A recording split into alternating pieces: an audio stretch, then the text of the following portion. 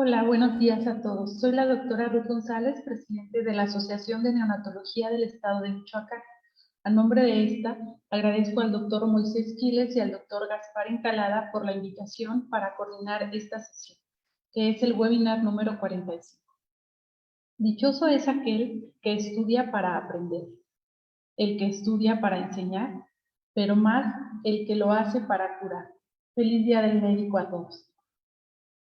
Como es conocido por todos nosotros, los recién nacidos, especialmente los prematuros, ameritan estancias hospitalarias prolongadas y durante este tiempo están expuestos a diversas intervenciones o procedimientos que producen estrés o dolor y que al ser repetitivos pueden afectar el desarrollo neurológico y la conducta a largo plazo en estos pacientes. Sabemos que la evaluación del dolor en el recién nacido no es fácil. Implica un reto para el personal que atendemos este tipo de pacientes, ya que los bebés no pueden expresar lo que sienten y dependen de la interpretación que nosotros demos a las manifestaciones clínicas que ellos presentan. Aunado a esto, las estrategias para prevenir o paliar el dolor, sobre todo en aquellos procedimientos invasivos menores, no se usan de forma suficiente. Y de ahí la importancia del tema del día de hoy, que se titula Cuidando el estrés y el dolor del recién nacido, el cual será impartido por una ponente invitada, la cual tengo el honor de presentar, es la doctora Susana Rodríguez. Ella es directora científica de la Sociedad Iberoamericana de Neonatología, el CIBEN, es consejera del FAMICIBEN y directora de docencia e investigación en el Hospital J.P. Garrahan de Buenos Aires, Argentina. Agradecemos infinitamente su participación, doctora, y le cedo la palabra. Si puede abrir micrófonos y cámaras, por favor.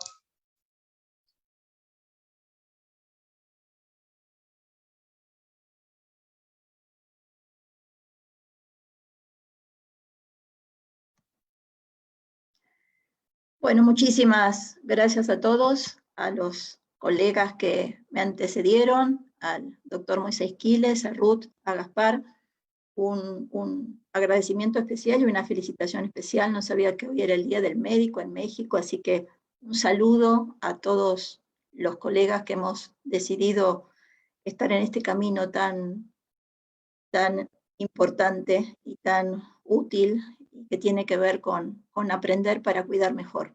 En este caso, para cuidar mejor a los recién nacidos. Yo voy a compartir en estos minutos con ustedes algunas de las apreciaciones que ya han adelantado mis colegas y que tienen que ver con el cuidado del estrés y del dolor en el recién nacido, ya no solo como una cuestión humanitaria, sino como una cuestión vital para la evolución de estos niños tan vulnerables. Como saben, y me han presentado, soy la directora científica de la Sociedad Iberoamericana de Neonatología, y en la sociedad hemos trabajado intensamente desde hace muchos años en estos aspectos que consideramos relevantes.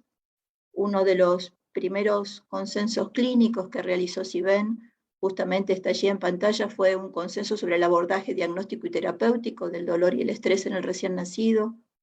De él participaron colegas mexicanos y colegas de toda la región iberoamericana.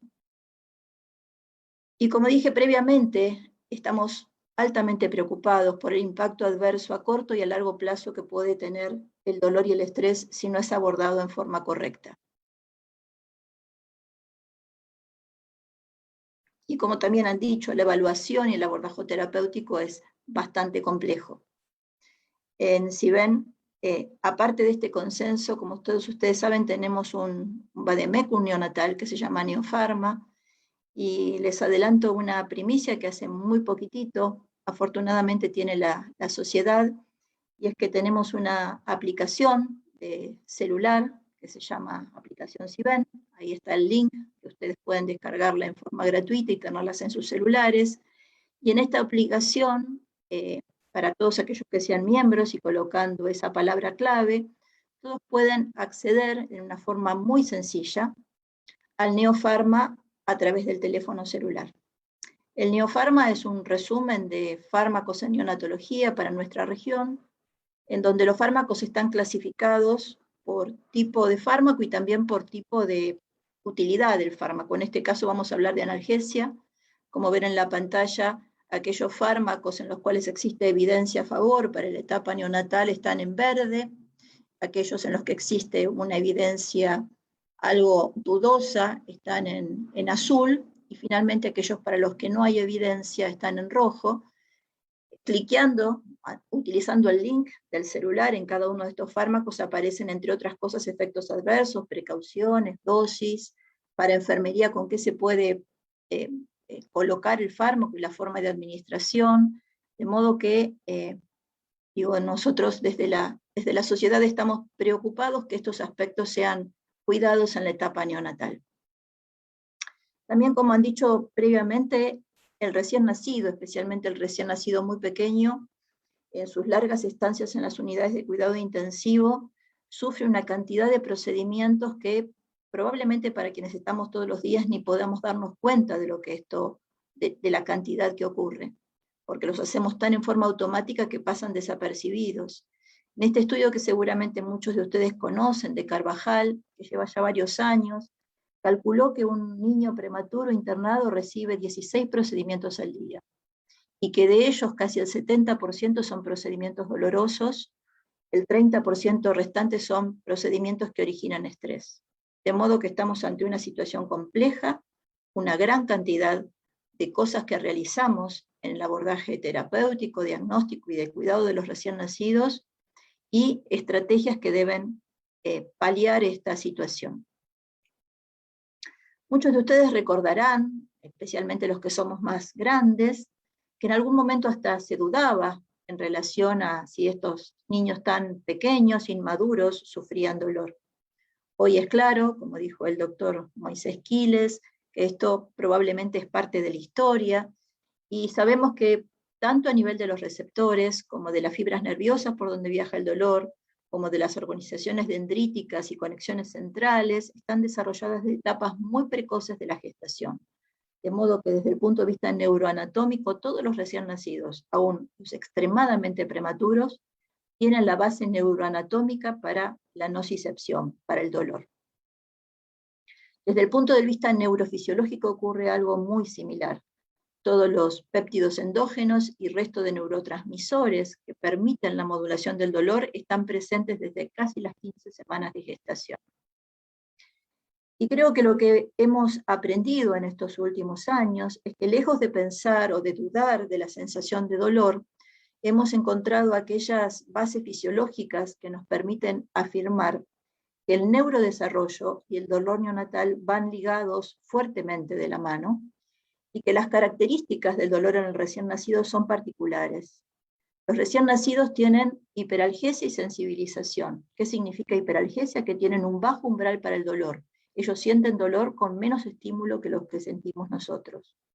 Y ese umbral no solamente es más bajo, sino que disminuye con los estímulos repetidos. Y esto es de mucha importancia, porque es muy frecuente que los estímulos que recibe un recién nacido internado sean repetidos, como vimos anteriormente, que no sean únicos en el día. El otro punto que también tienen de favorable los niños prematuros es que tienen campos receptivos superpuestos. O sea que no pueden focalizar el dolor como lo hacemos nosotros, sino que el dolor se expande en una zona más amplia por esta situación fisiológica. El tercer punto al que me voy a referir, y de los cuales hay evidencia fuerte, es que existe un desbalance de los transmisores en detrimento de aquellos neurotransmisores que son inhibidores. O sea, hay una disminución de la respuesta moduladora e inhibitoria. Esto es, claramente el recién nacido siente más dolor, más extenso, no puede inhibir el dolor cuando entra un segundo estímulo, y tienen, especialmente los niños de término, respuestas fisiológicas exageradas, no solamente fisiológicas desde el punto de vista de lo que observamos, sino también desde el punto de vista hormonal. Entonces, haciendo un poco de historia, me gusta hablar de lo que ocurría hace no tantas décadas, en el 1987, cuando por primera vez este médico hindú, que muchos de ustedes recordarán, el doctor Anand, publica este primer estudio en el New England, y habla por primera vez del efecto deleterio del dolor en el recién nacido.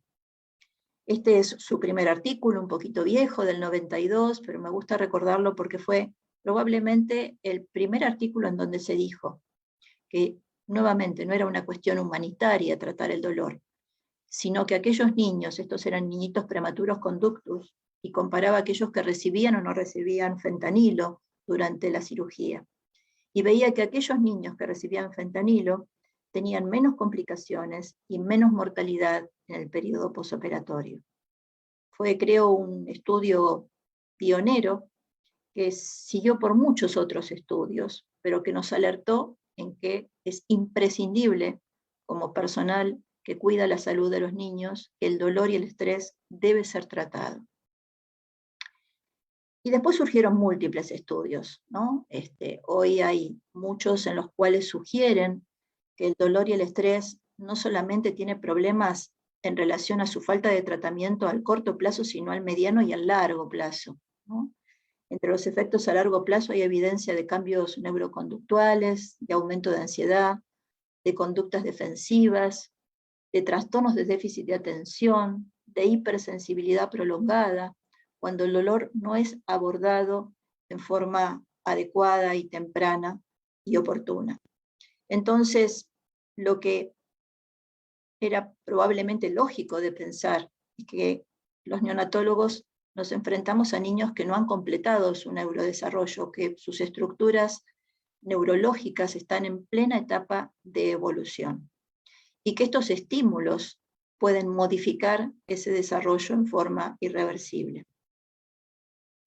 Hoy sabemos entonces que dolor y estrés, y como voy a adelantar un poquito más adelante, también su tratamiento, también las drogas que se utilizan para el abordaje, pueden impactar negativamente en el neurodesarrollo, produciendo cambios conductuales y produciendo cambios en la posibilidad de aprendizaje futura de estos niños.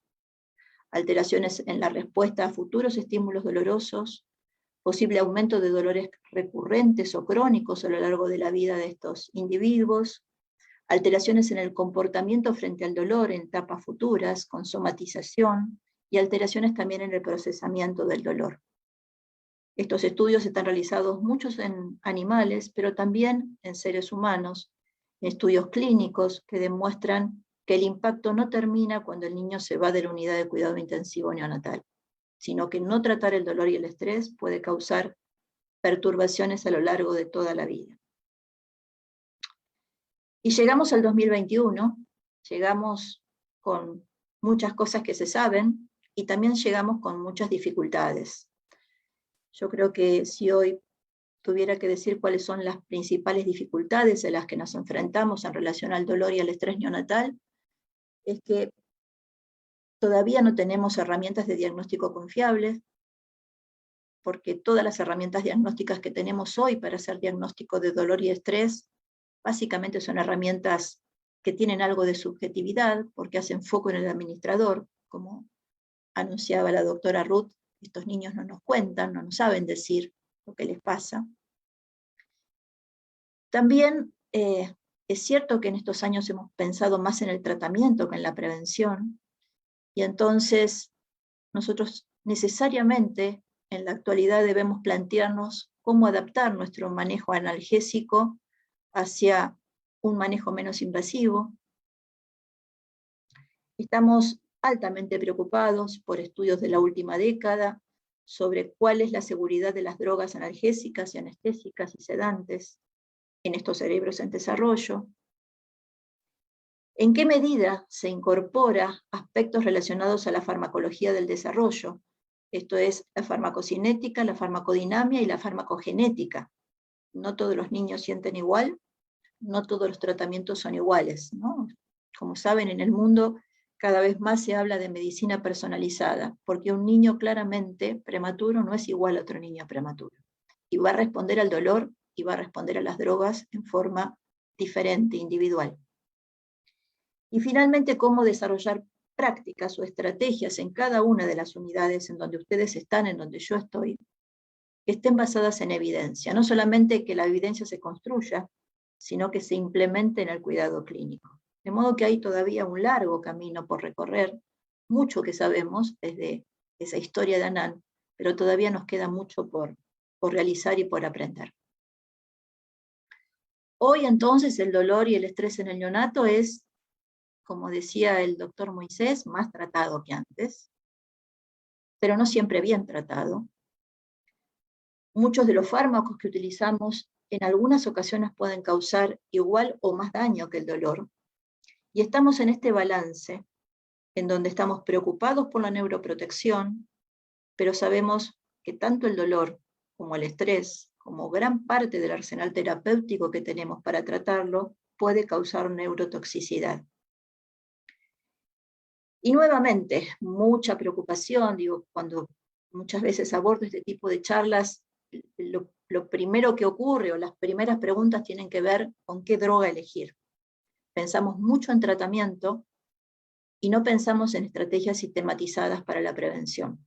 Entonces, pensando en neurotoxicidad, creo que hay que nuevamente darle un papel relevante a la prevención del dolor. Voy a compartir con ustedes en las próximas diapositivas algo de lo que ocurre en el mundo, en nuestra región, cómo tratamos los equipos de salud, los médicos, las enfermeras, cómo tratamos el dolor. Este es un artículo de Europa, son 243 unidades de cuidado intensivo de 18 países europeos. Ustedes ven sobre 6.680 recién nacidos, de los cuales estaban en asistencia respiratoria, test intubados, el 32%, un 22% con ventilación no invasiva y un 46% con ventilación espontánea. Ustedes ven quiénes de ellos recibían analgesia y sedación. El 82% de los ventilados, el 18% de los ventilados en forma no invasiva y solo el 9% de los que no recibían ventilación asistida.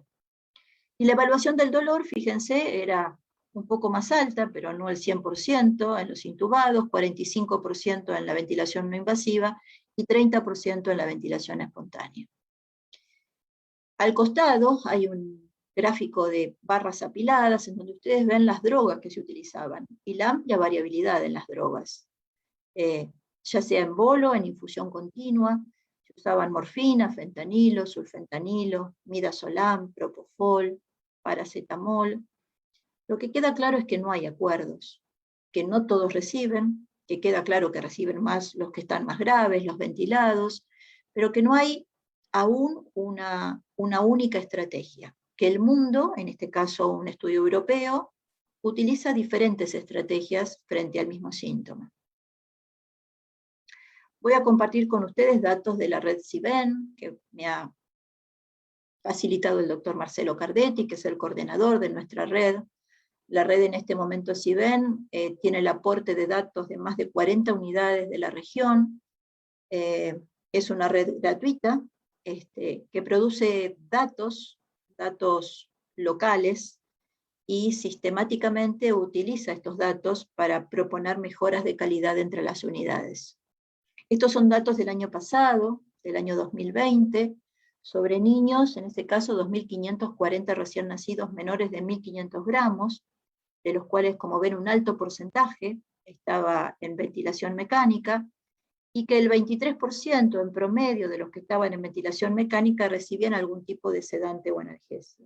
Lo que sí quiero compartir con ustedes es que ustedes ven debajo, en la línea horizontal, las diferentes unidades que, por supuesto, por cuestiones de confidencialidad, se identifican a través de números, pero fíjense la variabilidad en el uso. Había unidades que utilizaban, en este caso, fentanilo en el 93% de estos niños, y había unidades que no utilizaban fentanilo. Algo similar en este gráfico con morfina. Nuevamente son estos 2.540 recién nacidos menores de 1.500 gramos, 1.759 en ventilación mecánica, en promedio el uso de morfina en estos niños era algo menor, 15%, pero nuevamente la variabilidad. Algunas unidades lo utilizaban en el 75% de sus pacientes y algunas unidades en menos del 1%. Entonces, nuevamente la variabilidad en otros tipos de estudios. Niños que fueron sometidos a cirugía neonatal. Y fíjense cómo los médicos registramos muy poquito el dolor, no lo registramos o no lo evaluamos, los enfermeros lo evalúan y lo registran un poco más, pero sí tener en cuenta de que cuando uno habla de cirugía, existe la cirugía y existe una cantidad de procedimientos dolorosos adicionales en las primeras 72 horas postquirúrgicas que es muy elevada. En este mismo estudio, ¿qué analgésicos se utilizaban? También amplia variabilidad según la cirugía fuera mayor o menor, generalmente analgésicos opioides, como señala la primera flecha, pero una gran cantidad de analgésicos opioides, analgésicos no opioides, y aún en algunos casos sin analgesia, en una cirugía neonatal. Yo quiero compartir con ustedes este estudio que me pareció muy interesante. Cuando lo leí, vieron que los médicos, o por lo menos en mi formación, estamos muy acostumbrados a hablar de estudios cuantitativos, y el abordaje cualitativo de algunas medidas, de algunos tipos de investigaciones es muy interesante, porque hoy sabemos mucho del dolor, sabemos de la necesidad de tratarlo, sabemos cuáles son aquellas drogas un poco más seguras o menos seguras, y la pregunta es, ¿por qué no lo implementamos? Lo que sabemos, ese gap o esa brecha que existe en el mundo entre lo que se sabe y lo que se hace, ¿por qué no se achica con el paso del tiempo? Y creo que para contestar esas preguntas necesariamente el abordaje de la investigación debe ser cualitativo, porque habla de nuestras conductas, de conductas humanas, finalmente de conductas profesionales. Este es un estudio cualitativo de Stevens y colaboradores, que justamente aborda este tema, pasar de la evidencia a la práctica clínica, en tantos temas que ocurren, ¿no? ¿Por qué no nos lavamos las manos? ¿Por qué usamos antibióticos de más? En este caso, ¿por qué no abordamos el dolor en forma adecuada con lo que ya sabemos? Y ellos hablan de facilitadores, de barreras y de complejidad de la situación. Dentro de los facilitadores, aquellos facilitadores que tienen que ver con una mejor implementación de las estrategias por el dolor, hablan de la cultura de la colaboración y del apoyo. Los facilitadores realmente están relacionados con una buena relación interprofesional, con la incorporación de la familia en la evaluación y en el manejo, y con el uso de políticas y prácticas estandarizadas. En relación a aquellas cosas que van en contra de esa implementación adecuada, hablan de la autonomía en la prescripción, las decisiones individuales y la amplia variabilidad entre el equipo profesional. Y finalmente, en este estudio, el reconocimiento de que estamos frente a un cuidado complejo, no solamente porque los pacientes son distintos y son complejos, sino también porque los recursos son dispares. Y llamativamente relacionan el mal manejo del dolor o el manejo inadecuado del estrés y el dolor en aquellos sitios en donde los recursos humanos son más deficitarios. No es lo mismo una unidad con una relación enfermera-paciente 2-1 o 3-1 que una unidad con una relación de enfermería mucho más deficitaria con los pacientes en los cuales está demostrado que el uso de sedantes y analgésicos es mayor e inadecuado. Entonces, luego de estas breves reflexiones me voy a referir a las situaciones que ocurren hoy en el dolor neonatal. Un recién nacido en nuestras unidades de cuidado intensivo puede estar con dolor por una enfermedad que causa dolor, por ejemplo, una enterocolitis necrotizante. Puede estar con dolor porque estamos realizando un procedimiento doloroso, por ejemplo, una venopuntura, una intubación, la colocación de una vía central, o una intervención quirúrgica, que más que un procedimiento doloroso es un acto en sí que ocasiona dolor durante y luego del procedimiento. Y entonces me gusta pensar en el dolor en neonatología a través de objetivos y de estrategias. Y uno de los objetivos en nuestro abordaje del dolor debe o debería ser reducir al mínimo la presencia y o la intensidad del dolor, para mejorar el bienestar del recién nacido y, como dije anteriormente, para prevenir complicaciones. Aquellas complicaciones que hoy sabemos ocasionan el dolor y el estrés, y aquellas complicaciones que también ocasionan su tratamiento. Y dentro de las estrategias me voy a referir a políticas y protocolos de manejo, en la elaboración, en su difusión y en su comunicación, y también a la necesidad de pensar, cuando uno habla del dolor, en la importancia del entrenamiento continuo del personal. ¿Entrenarlo en qué? Entrenarlo en la identificación y en la comunicación del dolor, entrenarlo en la minimización de los procedimientos, entrenarlo en el uso del manejo no farmacológico del dolor y en el uso apropiado de fármacos. Muchas veces creo pensar que cuando uno hace estos famosos rondas o pases de sala, generalmente aborda temas hemodinámicos, respiratorios, a veces nutricionales, pero siempre hay un sitio para que en ese pase del paciente, en esa ronda del paciente, uno pueda hablar de la situación del dolor y la situación del estrés de cada recién nacido. Si no lo hacen, los invito a incorporarlo. Entonces, vuelvo. Reducir la presencia y la intensidad del dolor, mejorar el bienestar y prevenir complicaciones. Esos deberían ser los objetivos. Estrategias, políticas y protocolo de manejos en cada unidad, uniformes, no que cada guardia, cada día, cada noche, cada sábado, cada lunes, haya decisiones individuales, que haya continuidad en la atención del paciente. Eso beneficia no solamente el abordaje del dolor, sino de todos los aspectos del niño. Y el entrenamiento continuo del personal. Como dije previamente, identificar y medir el dolor no es sencillo. Minimizar los estímulos adicionales dolorosos, usar medidas adyuvantes no farmacológicas y tener un plan analgésico, un plan de abordaje, un plan proactivo, un plan continuo y un plan proporcional a la intensidad del dolor. Valorar el dolor, lamentablemente, no es igual que valorar la presión arterial o la frecuencia cardíaca o la compliance pulmonar. Valorar el dolor implica, en algunas cuestiones, medidas indirectas. En este momento en CIBEN estamos trabajando con la medición de la oxigenación regional cerebral y mirando cómo los procesos dolorosos la afectan, pero es más que asociaciones o impacto, no hay lamentablemente un saturómetro, un oxímetro de pulso que le ponga un número al dolor. De modo que siempre digo que hay en el centro de la identificación del dolor un aliado único, que es la enfermera que cuida de ese niño durante las 24 horas, y que a ellas debemos entrenar en la identificación del dolor. Como saben, hay montones, ¿no? Yo siempre digo que cuando hay muchas cosas de algo es porque no hay una que sea absolutamente completa o buena, y hay como más de 60 escalas para medir dolor en la etapa neonatal. Escalas como algunas de las que ven acá, que se basan en cambios del comportamiento o en cambios o modificaciones fisiológicas. No me voy a referir a cada una de ellas, cada unidad adapta o adopta alguna de todas estas escalas. Sin embargo, me voy a fijar en algunas cosas que tienen que ver con lo que está en rojo en mi diapositiva, y es que muchas de estas escalas no tienen validación completa, no tienen confiabilidad completa. Cuando hablo de confiabilidad es si mido yo, mide el neonatólogo que está conmigo de guardia, mide la enfermera que acompaña al niño, nos da lo mismo. ¿Cuánto está en la subjetividad de los números que nosotros ponemos o de lo que observamos? Y claramente ninguna de estas escalas aborda la realidad del dolor en los niños muy prematuros, que es el dolor subagudo y persistente. Ninguna aborda el tema de qué ocurre con el dolor cuando el niño recibe paralizantes musculares.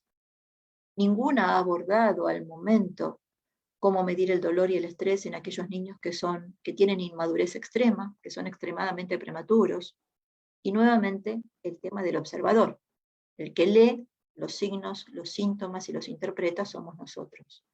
Les comento brevemente, esta es la escala que muchos de ustedes deben conocer, una de las más utilizadas, que es el Premature Infant Pain Profile, básicamente porque es una de aquellas en las cuales tiene en cuenta la edad gestacional, a través de estos 7 parámetros de conducta y fisiológicos, y que ha sido validada especialmente para dolor postoperatorio, y con la que se ha utilizado para valorar la eficacia de la sucrosa como tratamiento no farmacológico. Este es el CRAIS, es bastante simple, 5 parámetros fisiológicos y de comportamiento, y que es una medida únicamente, una escala utilizada únicamente hasta el momento para su validación en dolor posquirúrgico. En este caso no adapta la edad gestacional. Y les comparto brevemente una investigación que hice con mis colegas de Argentina hace unos poquitos años, que está publicada, en donde miramos la variabilidad de interobservador. O sea, miramos en 60 recién nacidos que habían sido operados, En ellos realizamos 178 mediciones ciegas entre un médico y una enfermera, para ver finalmente, luego de abrir el ciego, qué opinábamos o qué puntaje poníamos los médicos y qué puntaje ponía la enfermera. Y el gráfico, que es un poquito complicado, que está a la derecha de la pantalla, es un gráfico que se llama de Bland-Altman, no importa, pero lo que muestra o lo que les quiero mostrar es que más allá de la estadística, las coincidencias, que son como estos globitos, en algunos casos existía concordancia, pero fíjense especialmente en los puntajes del medio, la diferencia que podía ser que alguien ponía entre 4 y -2, ¿no? O sea, la diferencia de los promedios que se colocaba un médico y una enfermera eran bastante importantes en una unidad en donde teóricamente había existido entrenamiento en el uso de esta herramienta. De modo que hoy estamos frente a una situación que la identificación y el abordaje del dolor no es sencilla, debe ser continua y debemos trabajar fuertemente en la adopción de una escala y en el entrenamiento del personal, e intentar que esta variabilidad de interobservador descienda a lo mínimo posible. Yo previamente hablé de proporcionalidad, y por eso traigo este gráfico, disculpen que está en inglés, pero creo que identifica que uno tiene que escalar en el tipo de abordaje, ¿no? Y que en la base siempre están las medidas no farmacológicas, y uno va escalando, de acuerdo a la intensidad del dolor, en el tipo de tratamiento a realizar. Escalado y medido en forma individual en la respuesta a cada uno de los escalones que proponemos como propuesta terapéutica. Y me voy a referir un rato, pequeño, porque creo que las medidas no farmacológicas, por más que forman parte de la base, deberían estar siempre en todos los escalones. Y que en el afán de tener una droga ideal, muchos de nosotros nos olvidamos con frecuencia que estas estrategias realmente son eficaces, que no es solamente cuestión de calmar al bebé, sino que realmente son estrategias para el abordaje del dolor y del estrés. Y hablo del arropamiento, de la contención, del contacto piel a piel y hasta del amamantamiento. Las medidas no farmacológicas no deberían estar fuera del abordaje en ninguna de las unidades. Primero, porque son efectivas, y segundo, porque no existe medida para el abordaje que sea más segura que las medidas no farmacológicas, que en algunos casos son insuficientes, pero que siempre pueden coadyuvar y disminuir la cantidad de droga que uno debe administrar para el tratamiento del dolor. Y cuando hablo de estrategias no farmacológicas, como dije previamente, hablo de la asistencia individualizada, hablo del contacto piel a piel, hablo de la sucrosa asociada a chupete.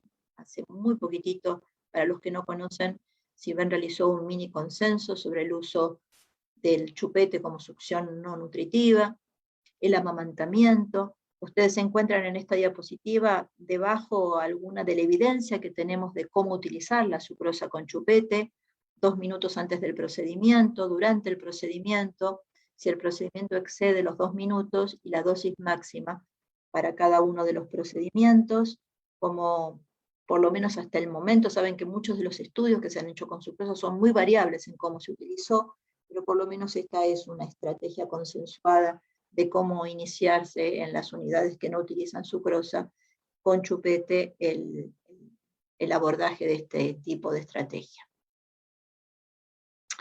Por supuesto que en algunos casos las medidas no farmacológicas son insuficientes y uno escala proporcionalmente, como dije previamente, con el uso de medicación opioide.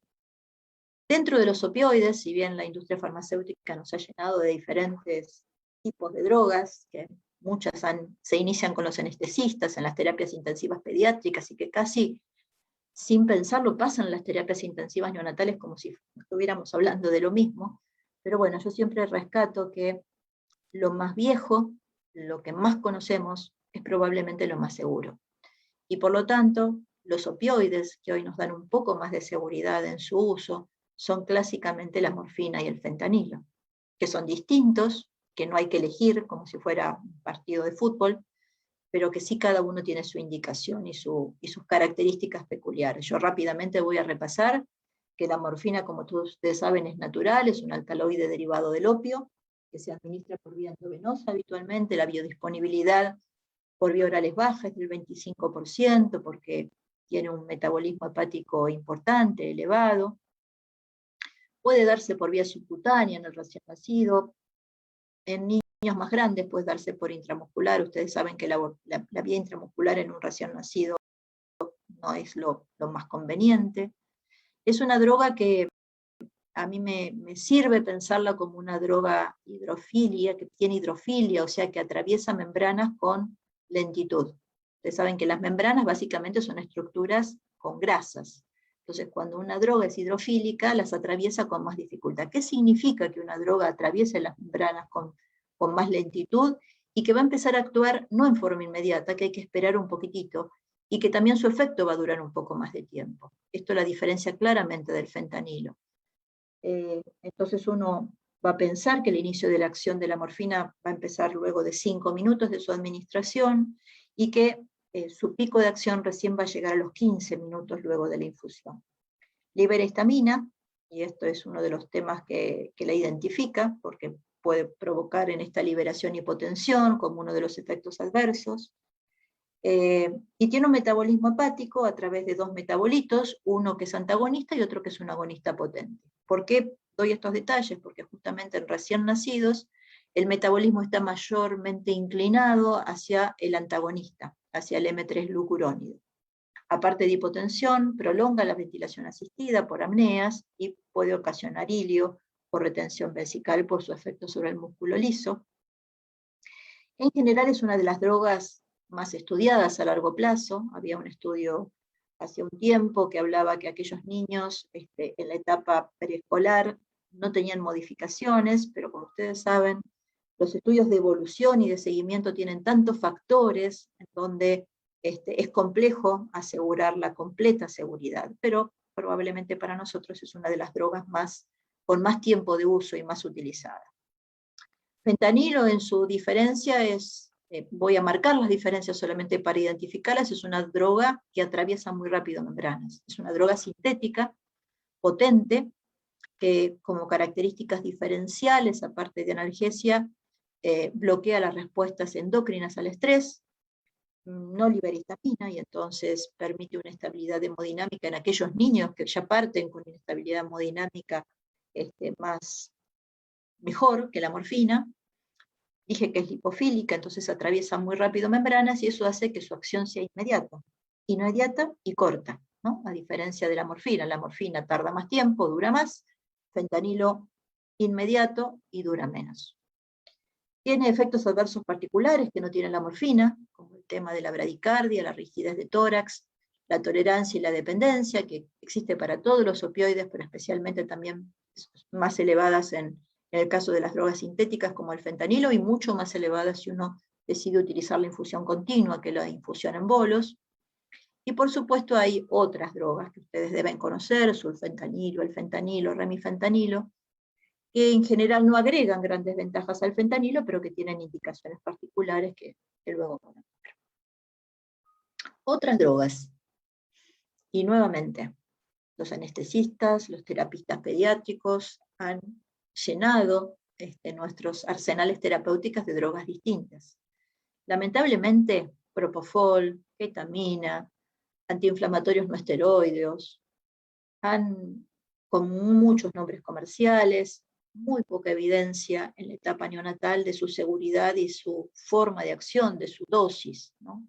Yo quiero especialmente referirme a que como estamos abordando el estrés y el dolor siempre causa estrés, pero a veces el estrés no se ocasiona únicamente por el dolor, que recuerden que las benzodiazepinas, que también han invadido fuertemente las unidades de cuidado intensivo neonatal, en principio el midazolam, que saben que tenemos una posición muy estricta en el uso de midazolam en recién nacidos, porque realmente es una droga que existe fuerte evidencia sobre su efecto deleterio en recién nacidos y especialmente en prematuros.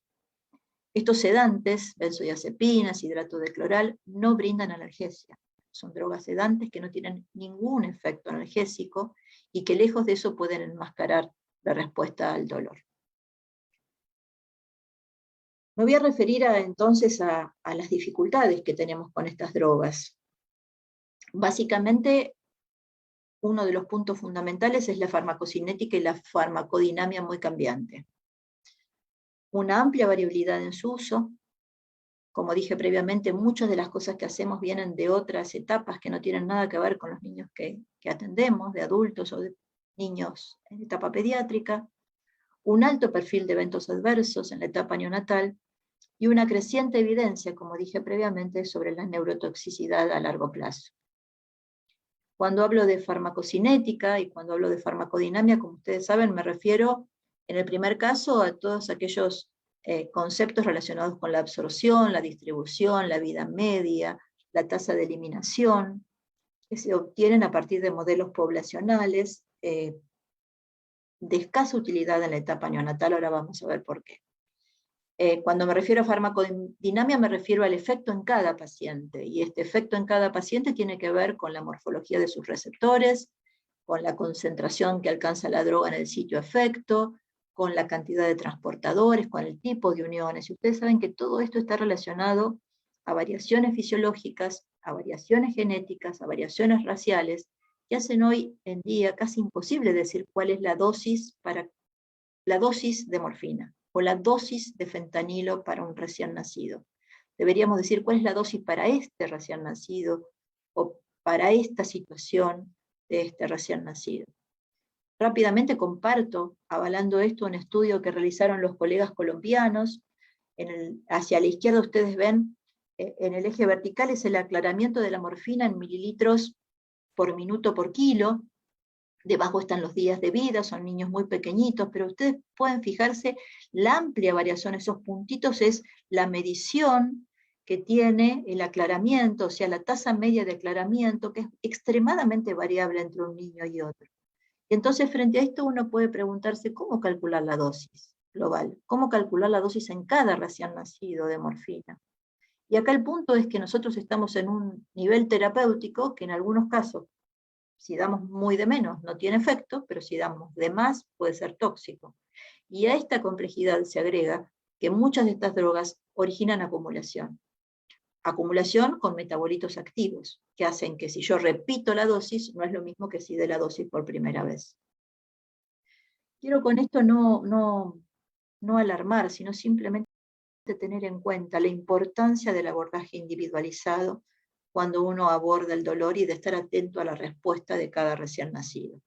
No hacer una receta. La morfina es de 0,5 a 1 miligramo por kilo.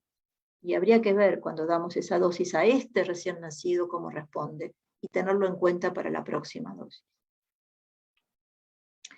Hace aproximadamente hacia 2018, 2017, la FDA sacó un warning, una alerta sobre la preocupación que tenía sobre el uso de anestésicos generales y de drogas sedantes en niños pequeños y en mujeres embarazadas, porque se demostró que existían cambios en el sistema nervioso, neuroanatómicos y neurofisiológicos, que hablan sobre la importancia de recordar que hoy por hoy debemos estar atentos a cuál es la seguridad que tienen las drogas que utilizamos sobre el desarrollo, sobre el cerebro que está en desarrollo. Entonces, para ir terminando y poder dar lugar a las preguntas y no excederme en el tiempo, quiero dejar unos últimos mensajes relacionados al abordaje terapéutico para tratar el dolor y el estrés en la etapa neonatal. Y la primera palabra que se me ocurre es que el abordaje debe ser responsable. Responsable significa, antes de utilizar una droga, hacerse estas preguntas. Si realmente se utilizaron en forma adecuada las medidas no farmacológicas y que esa medida no farmacológica pueda evitar usar una droga. Si se facilitó y se estimuló la presencia de los padres al lado del niño. Ustedes saben que en CIBEN hace unos años, con las enfermeras del capítulo neonatal, publicamos de que aún en Latinoamérica, la realidad de que los padres estén presentes en las unidades libremente y durante los procedimientos es una utopía que no existe. Entonces, muchas veces, utilizar a la familia, a la mamá, como aliada en el tratamiento del estrés y del dolor es algo que debemos preguntarnos antes de utilizar una droga. Y el tercer punto, al cual Sibén también ha ofrecido bastante estudio, es el tema del sueño. Si se respetó el sueño. No respetar el sueño del recién nacido es un fenómeno que ocasiona estrés, entre otras cosas. También ocasiona desde perturbaciones en el crecimiento hasta cambios hormonales. Entonces, abordaje responsable. Y la segunda palabra que voy a compartir con ustedes es el abordaje individualizado, de lo cual algo ya hablé. Porque no son iguales todos los recién nacidos. Uno debería, antes de pensar en el plan del abordaje, pensar cuál es la edad gestacional de este niño, cuántos días de vida tiene, ¿es lábil? ¿Cuál es la condición de gravedad? ¿Cuál es la condición patológica que le ocurre? ¿Cuál es el tipo o el impacto agudo que va a tener el dolor en ese niño? ¿Cuál es el origen del dolor? ¿Cuál es el tiempo de evolución? ¿Cuánto más va a durar ese dolor? ¿Y cómo ha respondido previamente a los tratamientos que ya otros colegas han instaurado? Esto, lamentablemente, no tenemos en cada niño la posibilidad de hacer farmacogenética al lado de su incubadora, pero sí tenemos preguntas para hacernos que pueden acercarnos hacia un manejo más individualizado. Finalmente, creo que el mensaje que les quiero dejar es que uno de los principales puntos es primero no dañar y tratar el dolor en forma efectiva. Esos son los dos mensajes. Primero no dañar y tratar el dolor en forma efectiva. Y para eso es importante que reconozcamos que la evidencia actual hace imprescindible su abordaje. Hay que tratar el dolor, hay que tratar el estrés, hay que prevenirlo, pero que los tratamientos que utilizamos pueden no estar libres de riesgos. Y el segundo punto al que ya me referí es el tema de la presencia de los padres, que constituye un factor esencial para el neurodesarrollo, no solamente porque ellos ayudan en el abordaje del dolor y del estrés, sino porque atenúan el impacto de la internación sobre este cerebro tan vulnerable y en desarrollo. Así que desde ya, desde la sociedad a la que pertenezco y que estamos mejorando o intentando mejorar el cuidado neonatal en los países de nuestra región, les doy las gracias por haberme invitado. Dos mensajes, y es que los invito a formar parte de la sociedad. Es una cuota muy pequeña, mensual, y muchos beneficios. Ahí hay algunos: congresos, bibliografía, educación a distancia, integrar redes de trabajos en forma gratuita, con análisis de los datos y con propuestas de investigación en cada una de las unidades. Y bueno, y también aquí está dentro de los expositores el doctor Gaspar Escalada, que gentilmente me ha invitado. Decirles que agenden esa fecha que está por ahí abajo, 9 al 12 de noviembre del 2022. Si la pandemia nos permite, que esperemos que sí, nos volvemos a encontrar presencialmente en los congresos de Sibén, y este año se ha elegido a Mérida, el Centro Internacional de Congresos de Yucatán, como un evento en el que volveremos con invitados y con un programa realmente muy atractivo. Así que los esperamos a todos, y desde Sibén les doy las gracias y espero que podamos seguir en contacto. Muchas gracias.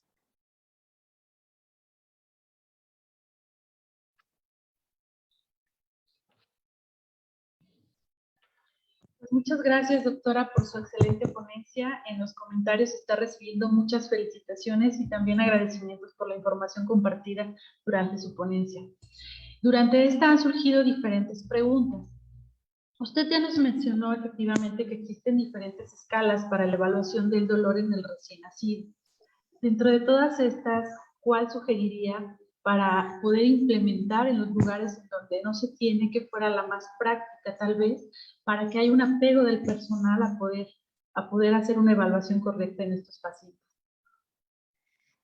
Gracias por la pregunta y gracias por los comentarios que hay abrí mi chat. Muchísimas gracias a todos.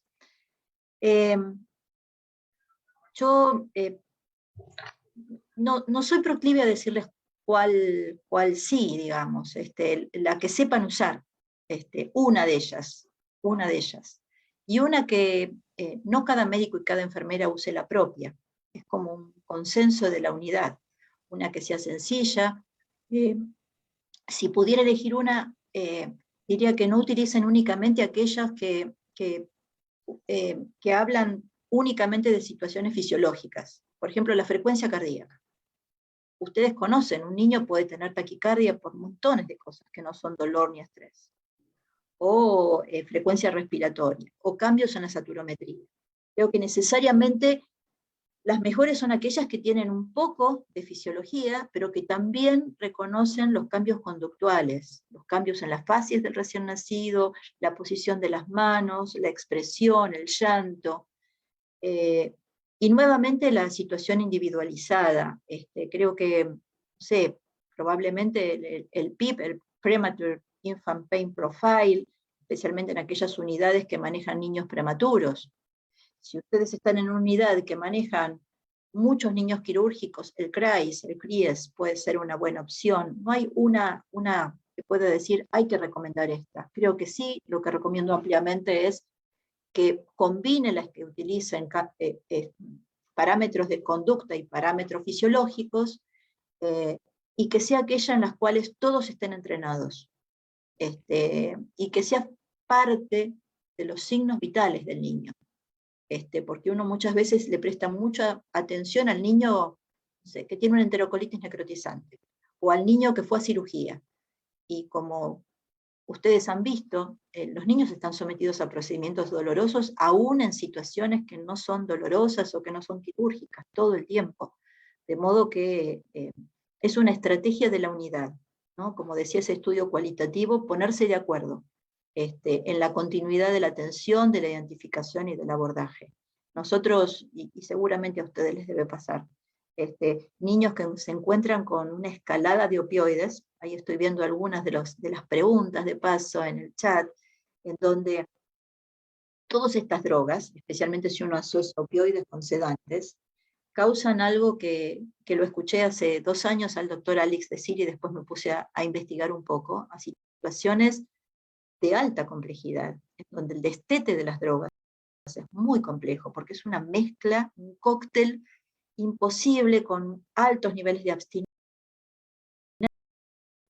Él hablaba de una situación que hoy está muy reconocida en la terapia intensiva pediátrica, más que en los neonatales, que habla del delirio, ¿no? Como una identificación de una situación provocada por el uso irrestricto de diferentes benzodiazepinas. Y realmente cuando uno se enfrenta a estos niños, en donde el lunes vino alguien y le puso un goteo de fentanilo, el martes le sacaron el goteo de fentanilo y le agregaron midazolam, el miércoles empezaron con bolos de morfina, y llega un momento que al final de la semana el niño no solamente tiene el mismo dolor, sino que es muy complejo su manejo, porque empieza a jugar el acostumbramiento, la taquifilaxia y la abstinencia, como parte de la complejidad en el manejo. Sí, doctora, gracias. Nos comentó algunas de las medidas no farmacológicas para el manejo del dolor en estos pacientes. Obviamente uno de los que están descritos es la leche materna o el calostro, o inclusive la sacarosa, como usted lo comentó durante la ponencia. ¿Existe, doctora, alguna diferencia entre la eficacia de ya sea leche materna o sacarosa con fórmula? No que yo la conozca, creo que es una cuestión de, si yo tuviera la posibilidad de elegir, claramente elegiría la leche materna. Lo que pasa es que no en todos los casos se puede elegir la leche materna. Y son fenómenos que no hay que elegir entre uno y otro, se pueden, según el procedimiento, sumar. Lo que sí digo, y por ahí de ver en algunas unidades, hay en algunos casos mucho rechazo al uso del chupete, pensando que el chupete va a atentar contra la lactancia favorecedora. Y hoy realmente hay evidencia que esto no existe. Y que el uso del chupete en el niño pequeño como succión no nutritiva o como manejo del dolor puede ser muy importante sumarlo. Ahora, supónganse que tienen un niño, no sé, que hay que hacer una punción de talón para hacer un screening neonatal, no sé cómo se hace en México, pero el cartoncito para sacar la muestra y está en brazos de la mamá. ¿Cuál sería el sentido de llevarse ese niño a un sector aparte para hacer la punción de talón teniendo a la mamá con el niño en brazos, que lo puede amamantar y hacer el procedimiento durante el amamantamiento.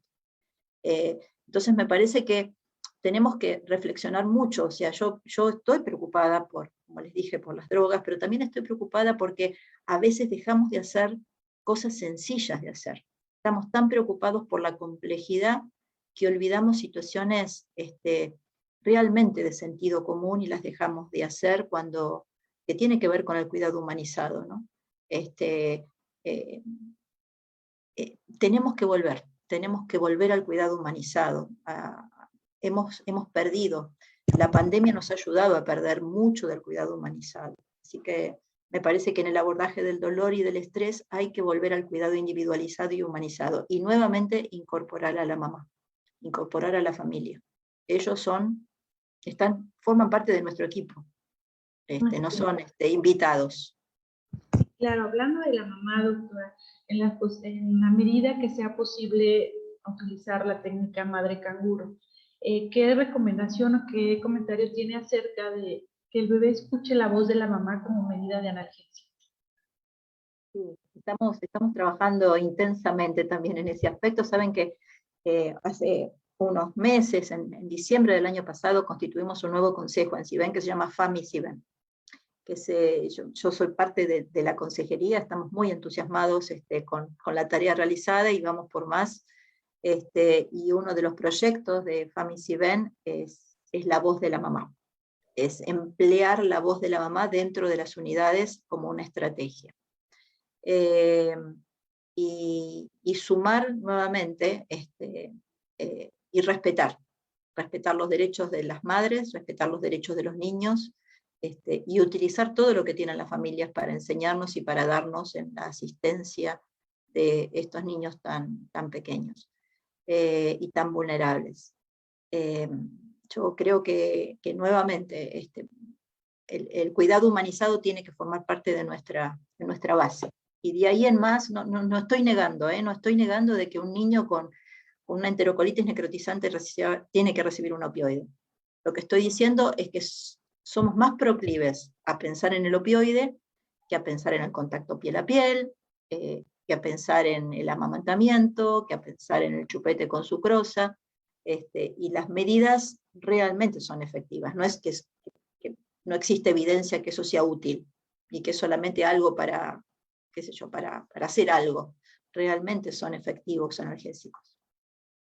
Sí, y son de impacto positivo, claramente, no solamente para el niño, sino también para la familia que se siente participando del cuidado. Sí, es muy importante incluirlos a todos. Doctora, nos comentan que en el caso hay algunos hospitales aquí en México en donde no se cuenta con la sacarosa. ¿Recomienda sustituirlo por alguna medida en especial? Sí, por cualquier... Bueno, los estudios están hechos con sacarosa, los estudios de investigación que dan de su efectividad. Lo que uno tiene que utilizar es una sustancia que por lo menos tenga un 12% o un 15% de alguna sustancia azucarada, ¿no? No puede ser una dextrosa al 5%, digo. Tiene que ser de mayor concentración. Y tampoco es tan difícil conseguir sacarosa. Se puede preparar fácilmente en cualquier farmacia, digamos, manteniendo la concentración y manteniendo que no se contamine en un frasco que que se recambie, digamos, que no es tan complejo. Gracias, doctor. Hablamos que algunos pacientes necesitan, por ejemplo, ventilación mecánica por tiempos prolongados. Y obviamente el tener la cánula endotraqueal puede generar estrés y dolor en estos pacientes. ¿Se recomienda el uso rutinario de analgesia por tiempos prolongados en estos pacientes? ¿O qué es la recomendación para ellos, doctor? Sí, gracias por la pregunta, una buena pregunta. La respuesta no sé si va a ser tan buena porque no tengo ni un sí ni un no. Tengo un depende. A mí la palabra rutina es una palabra que no me gusta, porque los niños no hay rutinas. Como un niño, ustedes han visto a muchos niños ventilados que están durmiendo plácidamente, mientras la mamá los acaricia. Entonces, si hay una rutina, que este niño va a recibir digamos una benzodiazepina o morfina como sedante cada 6 horas, y llega el horario, digamos son las 6 de la tarde, la enfermera tiene indicado morfina cada 6 horas, son las 18 horas, le toca el sedante, y el niño está dormido, en brazos de la mamá, o piel a piel con la mamá. ¿Por qué le van a dar morfina? Resulta que son las 3 de la tarde, no le toca la morfina, y el niño está en un ataque de llanto que no se puede calmar, que pasó la mamá, que altera el sueño, que hace que los parámetros del respirador no se puedan controlar, que hay que aumentar la FiO2, que hay que bajar la FiO2, que está muy incómodo, que no encuentra, ese niño está, por supuesto, está bien ventilado, no está hipercápnico, ese niño no está con una vía infiltrada que le duele, ese niño ha sido rotado de posición, ¿no? Digo, muchas veces este tema, la posición del niño, que hay que rotarlo para que no esté incómodo, todo eso ha sido tenido en cuenta, y a lo mejor necesita un sedante. Entonces, nuevamente, la situación individualizada, los sedantes no se dan de rutina, el estrés no es una cosa que ocurre las 24 horas del día en forma permanente, hay lugares en los cuales hay, lugares en los cuales no, y siempre tratar de buscar la causa. Como decía previamente, he visto niños que a lo mejor no necesitaban morfina, necesitaban que alguien los revisara y encontrara que una vía endovenosa estaba infiltrada y le dolía, o que había que simplemente ponerlos en decúbito prono, o que había que llamar a la mamá para que lo toque. Eso seguro, es más seguro que administrar una dosis de un opioide. Entonces, yo lo que diría es, no hay recetas, ni todos los niños ventilados van a necesitar sedación, ni está prohibido dar sedación en niños ventilados. Entre esas dos situaciones está el niño que ustedes están observando, mirando, la circunstancia que les ocurre. Y en ese caso hay que tomar la decisión individualizada, responsable y la más segura. Gracias, doctora. Para estos pacientes, sobre todo los que están inestables hemodinámicamente en algún procedimiento quirúrgico, que debemos prolongar el tratamiento de analgesia por varios días, ¿sugiere o recomienda que el manejo, ya sea de morfina o fentanil, es preferente en infusión o en bolos? La morfina en principio es una droga que puede utilizarse en bolos porque tiene un metabolismo prolongado. Ustedes saben que las infusiones continuas pueden ocasionar la acumulación de metabolitos activos, y es más frecuente los fenómenos de tolerancia y de dependencia con la infusión continua. O sea que si uno tiene que elegir, en el caso de la morfina yo lo utilizaría en bolos. En el caso del fentanilo es un poco más complejo porque la duración del efecto del fentanilo es muy corta, y es cierto que en algunos casos muy especiales uno podría utilizar una infusión continua, con el riesgo nuevamente de la tolerancia y de la dependencia, que es mucho más frecuente, porque cuando uno hace una infusión continua los receptores están permanentemente ocupados. Y bueno, nuevamente depende mucho de la situación del recién nacido. Yo diría un niño con una hernia diafragmática congénita, con hipertensión pulmonar, con una gran inestabilidad hemodinámica, donde uno ya ha visto en ese niño que cuando el niño se despierta, hace una crisis de hipertensión pulmonar que pone en riesgo su vida, es una situación. Otra situación es un niño prematuro, que está ventilado, que hay que sedarlo. Nuevamente, el tratamiento individualizado requiere que pensemos la situación de cada niño y dentro de eso buscar lo más seguro. ¿Es más segura la infusión continua o en bolo? En bolo, porque causa menos dependencia. En todos los niños no, hay algunos que van a necesitar infusión continua. Muchas gracias, doctora. Por obviedad de tiempo, debemos dejar aquí las preguntas. Solo la última que le hago, doctora. Nos pregunta si usted conoce si hay alguna guía de práctica clínica en los países latinoamericanos enfocado al manejo del dolor. Y el consenso clínico de CIBEN, que les mostré previamente, que seguramente, como ustedes saben, para los que no conocen CIBEN, nosotros realizamos consensos clínicos anuales. En Mérida se va a realizar el consenso clínico de traslado neonatal, que está a cargo, liderado por el doctor Sergio Golombek, con los 2 consejeros nuevos de consensos clínicos, que son la doctora Carmen Dávila de Perú y el doctor Hugo Pleites. ellos van a abordar el traslado neonatal. ¿Qué es un consenso clínico? Es una revisión muy exhaustiva de la bibliografía hasta el momento, basada en preguntas que son especialmente diseñadas y adaptadas a nuestra región, porque lo que queda claro es que lo que ocurre en nuestros países no es siempre lo que ocurre en Estados Unidos y en Europa. Entonces, se hacen las preguntas, se reparten las preguntas, cada grupo de diferentes países de Latinoamérica, tanto médicos como enfermeras, analizan, reportan la bibliografía, todo esto después es analizado en base a expertos y se produce una publicación de recomendaciones. El consenso clínico de CIBEN sobre el abordaje diagnóstico y terapéutico tiene más o menos 6 años, seguramente en algún momento va a ser actualizado, y nuevamente creo que, nada, lo pasé muy rápido al principio, pero estamos muy contentos con poder tener nuestro Vademecum neonatal, el Neopharma, en una aplicación del celular, porque esto hace hoy por hoy en las unidades una forma muy eficiente de poder mirar rápidamente las drogas, la seguridad, la dosis, las interacciones, aquello que es más seguro y menos seguro, de una manera muy, muy eficiente al lado de la cama del paciente. Así que creo que tenemos que construir evidencia. Nosotros como profesionales de Latinoamérica tenemos que construir evidencia propia que nos sirva y después de construirla, aplicarla. Muchísimas gracias, doctora. Pues por obviedad de tiempo tenemos que dejar aquí la sesión de preguntas. Agradezco mucho su participación y bueno, estamos en contacto. Bueno, muchísimas gracias a ustedes por la invitación. Un saludo.